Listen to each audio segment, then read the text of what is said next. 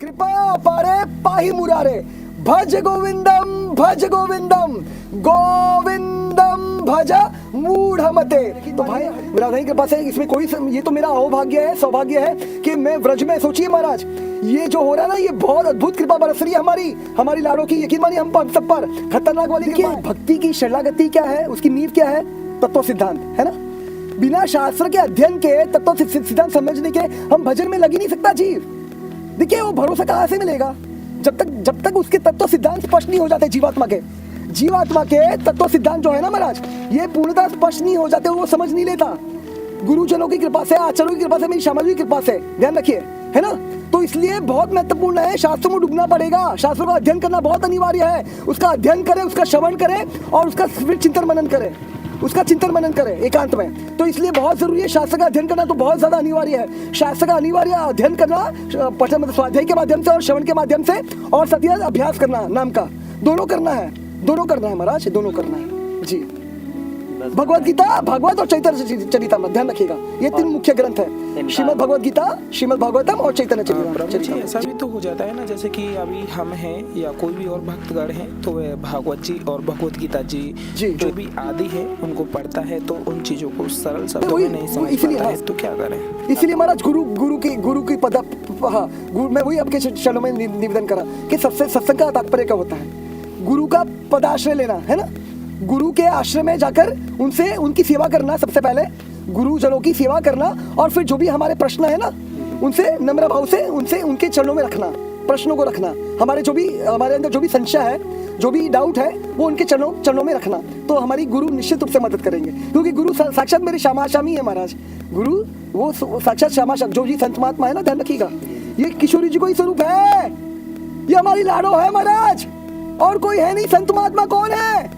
ये साक्षात हमारी किशोरी जू है। ये व्रज क्या है? ये साक्षात हमारी किशोरी जू है। यहाँ पे व्रज के कण में कौन वास कर रहे हैं? ये व्रज का जो कण है ना महाराज, ये सभी संत महात्मा है, और ये संत महात्मा साक्षात मेरी श्यामा जू है महाराज, यकीन मानिए। प्रभु जी एक भक्त हैं, तो उन्होंने गुरु तो नहीं बनाया, लेकिन जो हमारे शास्त्र हैं, ग्रंथ हैं, तो उनको ही गुरु स्वरूप में मना है। हाँ, तो क्या ये सही है, गलत है? इसे कोई गलत नहीं है। अभी देखिए, क्योंकि शास्त्र प्रमाण है।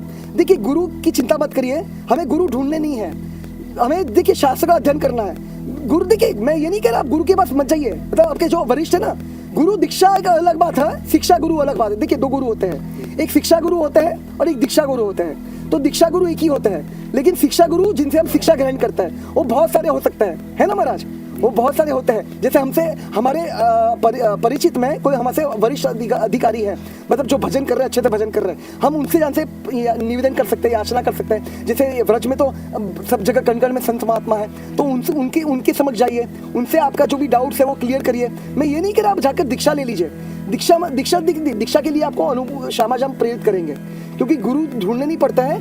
गुरु दो तरह से मिलते हैं जीवात्मा को, ध्यान रखिएगा, या फिर स्वप्न में आके आपको इशारा मिल जाएगा श्यामाश्याम की कृपा से, या फिर गुरु आप तक पहुंच जाएंगे। आपको देखिए जीवात्मा को उसकी चिंता नहीं करनी है ना। जीवात्मा को एक ही चिंता करनी है, नाम को पकड़ना है। और ध्यान रखिए, जब जीवात्मा ईमानदारी से नाम को प्राण बनाने का प्रयास करेगा ना महाराज, यकीन मानिए गुरु उस तक स्वयं पहुंच जाएंगे। यकीन मानिए, गुरु ढूंढ, मैं झूठ नहीं बोल रहा महाराज, ये शास्त्र प्रमाण है, ये शास्त्र सिद्धांत आपसे प्रार्थना है। गुरु की चिंता मत करिए, दीक्षा की चिंता मत करिए, बस नाम में डूबने का प्रयास करिए। और जो भी आपके संशय है, डाउट्स है, जैसे हमारे व्रज में कण में संत महात्मा है ना, जैसे परम पूज्य विनोद बाबा जी महाराज है, परम पूज्य रमेश बाबा जी महाराज है, परम पूज्य प्रेमानंद गोविंद सिंह जी महाराज है ना। तो उनकी आप जाकर जो भी आपके प्रश्न है उसका समाधान ले सकते हैं, प्राप्त कर सकते हैं, है ना महाराज जी।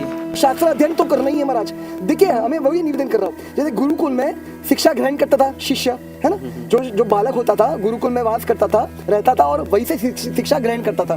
तो अभी गुरुकुल ऐसे बच्चे हैं नहीं, ज्यादा है, कम है, थोड़े बहुत अभी भी है, लेकिन अभी इतने नहीं है जितने पहले होते थे। तो अभी हमारे पास एक ही उपाय है, एक ही विकल्प बचता है कि हमारे आसपास जो भी मंदिर है जहाँ पर ये ज्ञान होता है, भगवत गीता भागवत का पठन पाठन होता है, स्वाध्याय होता है, श्रवण होता है, सत्संग होता है, वहाँ पर हम जाए, वहाँ पर हमारे जो डाउट्स हैं वो क्लियर कर ले, और उसको आने के बाद हमारे घर पे भी अभ्यासरत हो।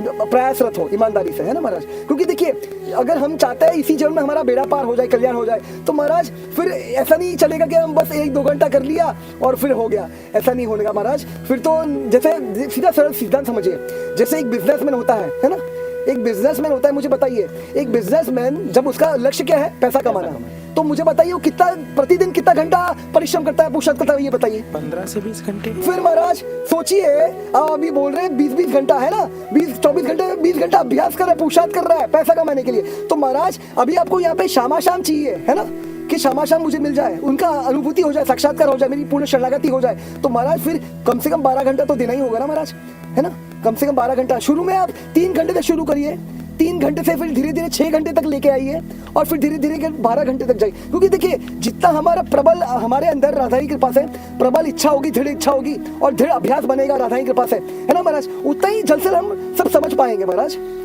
तो क्योंकि ये सिद्धांत ध्यान रखिए, भी भगवत गीता का सिद्धांत है, ये यथामाम प्रपद्यन्ते ताम सत्य भजाम्यहम्, है ना, कि श्री ठाकुर जी कहते हैं जिस भाव से तुम मेरी तरफ दौड़ोगे, जिस भाव से, है ना, तो उससे भी, जैसे आपने ये सुना होगा कि बस एक कदम बढ़ाओ शाम के प्रति, एक समक्ष एक कदम बढ़ाओ, तो भाई वो आप एक कदम बढ़ाएंगे ना ईमानदारी से, वो आपको बाहों में भर लेंगे, वो आपको बाहों में भर लेंगे महाराज। तो महाराज मैं वही निवेदन करने का प्रयास करूं, बस जीव को एक कदम बढ़ाने की देरी है, बस यकीन मानिए एक कदम बढ़ाने की देरी है और कुछ नहीं।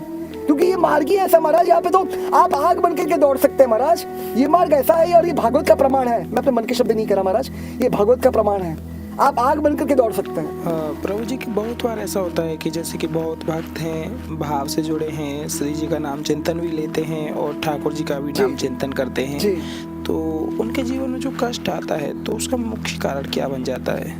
देखिए हाँ, यहाँ पे क्षमा करिए बीच में टोक रहा हूँ, और कुछ प्रश्न है बताइए। नहीं प्रभु जी। हाँ देखिए कष्ट, देखिए कष्ट से कोई बच नहीं सकता महाराज, क्योंकि ये संसारी कष्ट से बना हुआ है ना, दुखालय माशाश्वतम, जैसे आपके क्षण भर पहले निवेदन करा था, ये अमृत वचन है, ध्यान रखिए, आदि शंकराचार्य जी के, जो स्वयं हमारे शंभु महादेव भोले भंडारी है, जो परम वैष्णव है, वैष्णव नाम यथा शंभु, और 12 हमारे जन्म से एक महाजन है, वे वर्णन करता है कि क्या कह रहे हैं, पुनरपि जननम पुनरपि मरणम पुनरपि जननी जठरे शयनम अहि संसारे बहुदुस्तारे, अहि संसारे बहुदुस्तारे।